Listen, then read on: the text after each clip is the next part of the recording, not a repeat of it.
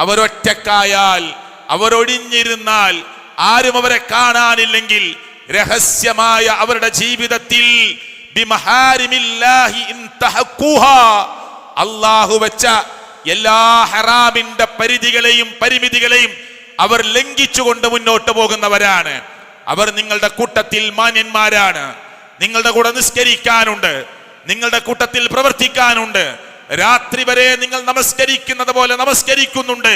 പക്ഷെ അവർ ഒറ്റക്കായാൽ പടച്ചവൻ വെച്ച എല്ലാ അതിരുകളും അവർ ലംഘിക്കും. അവന്റെ കയ്യിൽ സ്മാർട്ട് ഫോണാണ്. രാത്രി അവൻ ഒറ്റക്കാണ്, ബെഡ്റൂമിൽ.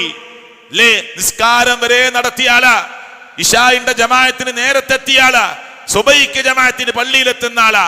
പക്ഷേ രാത്രി ഒറ്റയ്ക്ക് ബെഡ്റൂമിൽ തന്റെ മൊബൈലിൽ, പ്രിയപ്പെട്ടവരെ, ഓരോ സൈറ്റിൽ കയറി ചെന്ന് ലോകത്തിന്റെ രക്ഷിതാവായ റബ്ബ് നിന്റെ കണ്ണിന് ഹറാമാണ്, നിന്റെ കൽബിന് ഹറാമാണ്, നിന്റെ കാതിന് ഹറാമാണ് എന്ന് പറഞ്ഞത് ഒറ്റക്കായപ്പോൾ അവൻ ആസ്വദിച്ചിട്ടുണ്ട്.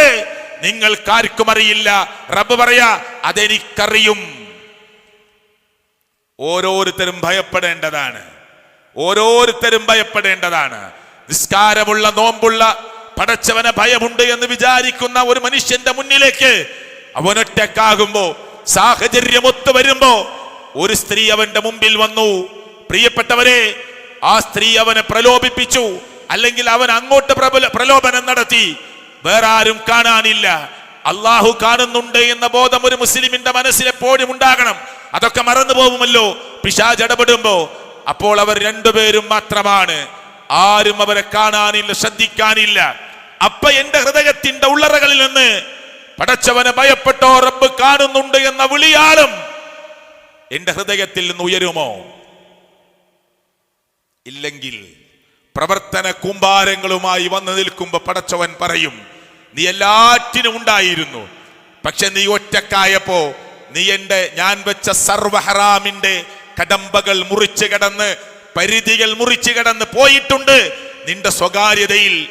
അതുകൊണ്ട് നിന്റെ അമൽ ഇവിടെ സ്വീകാര്യമല്ല എന്ന് പറയുന്ന ഒരവസ്ഥ നാളെ പരലോകത്ത് വരും. സർവശക്തനായ അള്ളാഹു നമ്മെ കാത്തിരക്ഷിക്കുമാറാകട്ടെ. ഇത് ചെറിയ കാര്യമല്ല, ഇത് ചെറിയ കാര്യമല്ല.